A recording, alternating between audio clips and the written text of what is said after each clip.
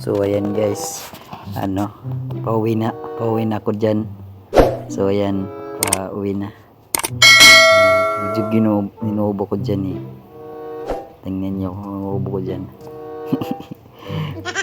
Para si Gagi, inuubo.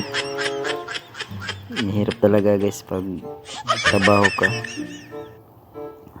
Lahat gagawin mo para ka lang makahanap ng makakain mo araw-araw.